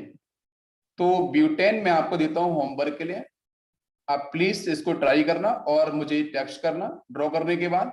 ब्यूटेन के जो स्ट्रक्चर्स हैं वो क्या, कन्फॉर्मर्स क्या क्या बनेंगे, ब्यूटेन के कन्फॉर्मर्स क्या क्या बनेंगे, उसके बाद उसका एनर्जी ग्राफ क्या होगा, ठीक है, और कौन कौन सी फॉर्म मिलेंगी, क्या पार्शियली एक्लिप्स मिलेगा और डिफरेंट फॉर्म बनेगी। इसका जो ग्राफ है ना, ग्राफ में, हाँ नहीं यार सबके सेम नहीं आएंगे, नहीं नहीं नहीं, इसका ब्यूटेन का बनाना, जरा ब्यूटेन वाला बनाना। तो ब्यूटेन का ग्राफ ना सेम नहीं आता, ब्यूटेन का जो ग्राफ आता है वो इस तरीके से आता है। यहाँ पे आपको एनर्जी ले लेते हैं, इधर मैं ग्राफ आपको बता देता हूँ इसका, बाकी आप इसको ड्रॉ जरूर करना है ना। यहाँ पे आपका थीटा, इस ग्राफ आता है इस तरीके से, यूं आएगा ऐसा, फिर से इधर ऊपर तक जाएगा, फिर और नीचे तक आएगा, फिर ये इस तरीके से, इससे ग्राफ ऐसा आता है, ध्यान देना। इससे ग्राफ इस तरीके का ब्यूटेन का, ये ब्यूटेन का कर्व है, ध्यान देना इस पे और क्वेश्चन सॉल्व करने की कोशिश करना, ठीक है। इसकी एनर्जी 19 किलो जूल से समथिंग से स्टार्ट होती है पहली फॉर्म, ठीक है, ये ध्यान रखना।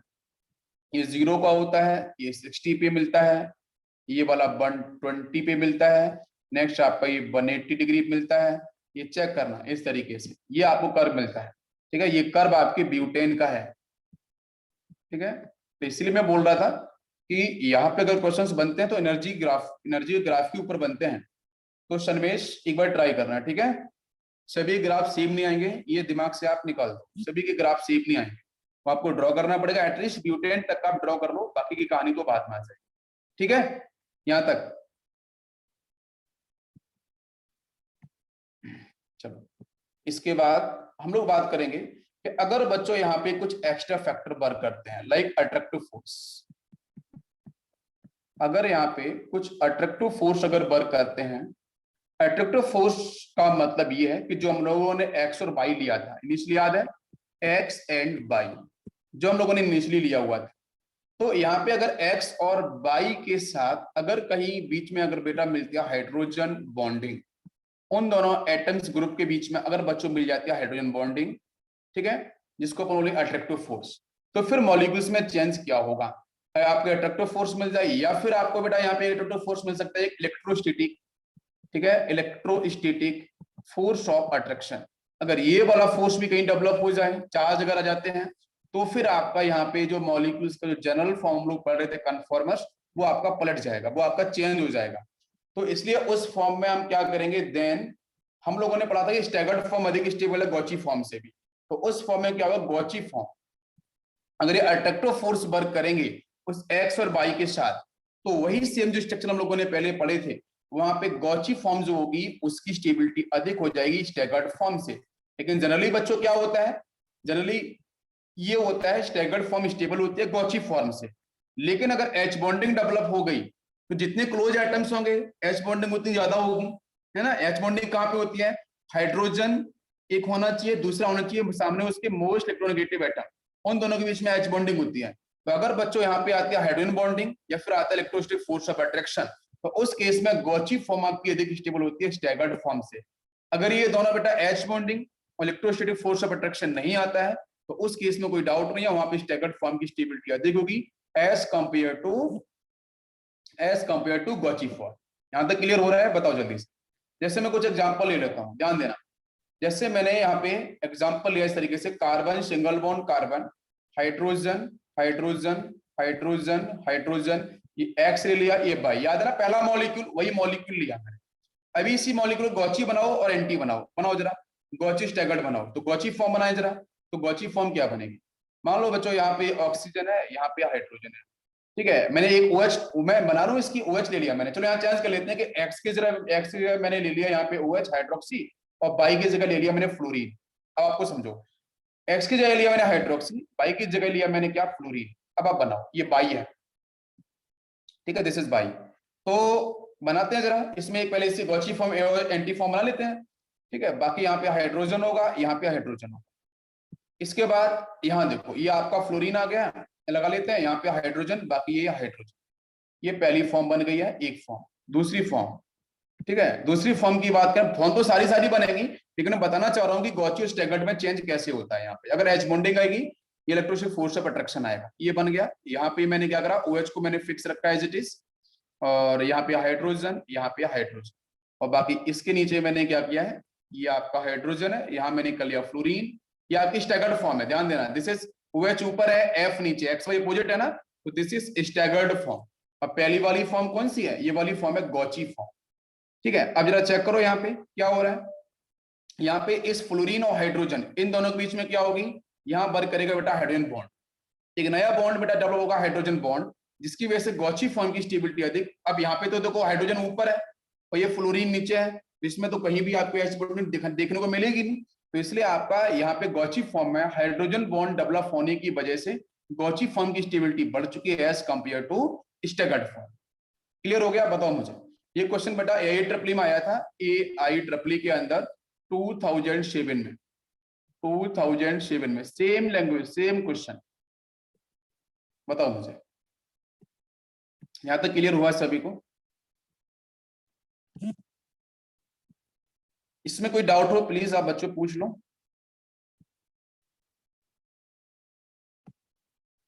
ठीक है, नेक्स्ट, तो X क्या हो सकता है, मैं क्लियर करता हूं यहाँ पे, OH। बाई क्या क्या हो सकता है, जनरल केस में बात करें तो OH हो सकता है, फ्लोरीन मिल सकता है लगा हुआ, आपको NH2 लगा हुआ मिल सकता है, आपको एल्डिहाइड लगा हुआ मिल सकता है, और आपको एसिड लगा हुआ मिल सकता है। ठीक है, ये जनरल फॉर्म है, इसको ध्यान रखना, very important, very very very important. अगर आपको ये ऐसे ग्रुप लगे मिल जाए तो उन केस में आपके वो दोनों जो एक्स्ट्रा फैक्टर्स हैं, एच बॉन्डिंग का और इलेक्ट्रोस्टैटिक फोर्स ऑफ अट्रैक्शन, वो दोनों आपके वहां पे वर्क कर सकते हैं। बताओ सभी क्लियर हो रहा है? एग्जाम्पल भी थोड़ा और ले लेते हैं। चलो एक फॉर्म मैंने फिर से लेता हूँ। मान लो मैंने यहाँ पे क्या किया है, हाइड्रोजन लिया है, हाइड्रोजन लिया है, और यहाँ पे ले लिया मैंने ऑक्सीजन, यहाँ पे हाइड्रोजन, और इसी के साथ में और ग्रुप जोड़ता हूँ। यहाँ पे ले लिया मैंने OH, मैं 2 OH ले रहा हूँ 122 की जगह, ठीक है, और बाकी मैंने यहाँ पे इस तरीके से डेवलप कर दिया, एक हाइड्रोजन इधर और एक हाइड्रोजन मैंने इधर। बताओ क्या एच बॉन्डिंग होगी? हाँ बिल्कुल सर, इस ऑक्सीजन और इस हाइड्रोजन के बीच में होगी, इस ऑक्सीजन इस हाइड्रोजन के बीच में होगी, तो यहाँ पे बना लो आप, या फिर इस ऑक्सीजन में इधर वाले उधर हाइड्रोजन के बीच में हो सकती है, जो क्लोज होगा वही बनाना है। तो आपको ये देखो क्या मिल रहा है, H bond, but this is gauche form actually, ठीक है, तो इसकी स्टेबिलिटी अधिक होगी। अगर इसका आप एंटी फॉर्म बनाते हो, एंटी फॉर्म क्या बनेगी, वही OH, हाइड्रोजन हाइड्रोजन, और एक जो दूसरा वाला फॉर्म है वो आपका नीचे आ जाएगा, OH यहाँ पे, H यहाँ पे, H यहाँ पे। बात समझ में आ रही है? तो ये इसकी होगी स्टैगर्ड फॉर्म, एंटी फॉर्म, तो इसकी स्टेबिलिटी आपकी कम होगी। सीधा कंपैरिजन करने को आता है और आपको आंसर टिक करना होता है। इसके बाद नेक्स्ट एग्जांपल लेते हैं। जैसे मैंने एग्जांपल है यहाँ पे इस तरीके से कि यहाँ ले लिया बेटा मैंने NH3 पॉजिटिव, ठीक है, और इधर लिया मैंने हाइड्रोजन, यहाँ लिया मैंने हाइड्रोजन, और इसी के साथ मैंने यहाँ पे ले लिया है COO-, यहाँ पे आपका हाइड्रोजन और यहाँ पे आपका हाइड्रोजन। ये वाली फॉर्म कौन सी है? गॉची फॉर्म है। इसकी जरा एंटी फॉर्म बनाएंगे तो क्या बनेगा? एंटी फॉर्म में अगर आप देखो तो मैंने फिक्स कर दिया NH3 पॉजिटिव को, बाकी दो आपके हाइड्रोजन है, और इसके साथ यहाँ पे नीचे में लेके आया C+O, ठीक है, और यहाँ पे हाइड्रोजन और यह हाइड्रोजन, तो ये होगी आपकी एंटी स्टैगर्ड फॉर्म।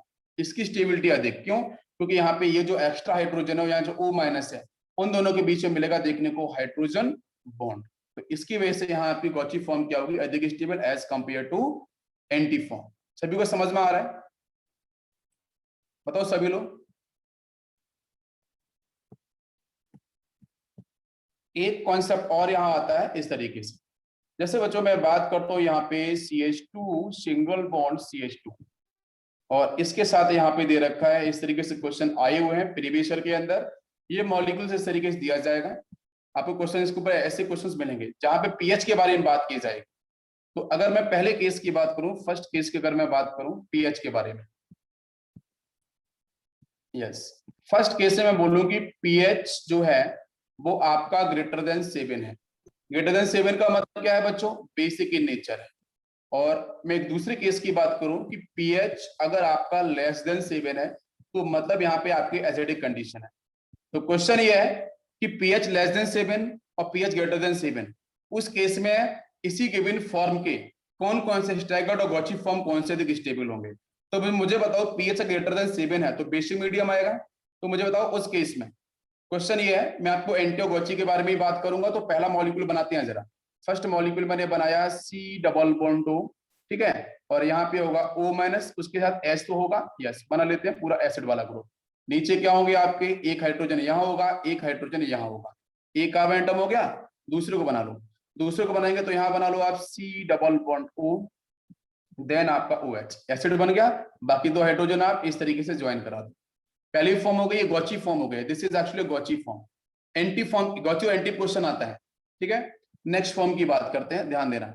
यहाँ पे आपका वही, इसको मैंने फिक्स किया है COOH, यहाँ पे हाइड्रोजन और हाइड्रोजन, और नीचे बच्चों में लेके आया हूँ यहाँ पे वही आपका COOH, यहाँ पे हाइड्रोजन या हाइड्रोजन। ये एंटी फॉर्म हो गई है, स्टैगर्ड फॉर्म।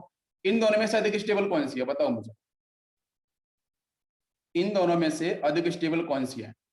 पहले तो ये बताओ, पीएच ग्रेटर देन 7 को होगा क्या? भाई बेसिक मीडियम है, तो बेसिक मीडियम बेटा क्या है? वो बोलेगा मेरा OH- मैक्सिमम है, तो उस केस में OH- इस गिवन कंपाउंड से H+ खींच लेगा।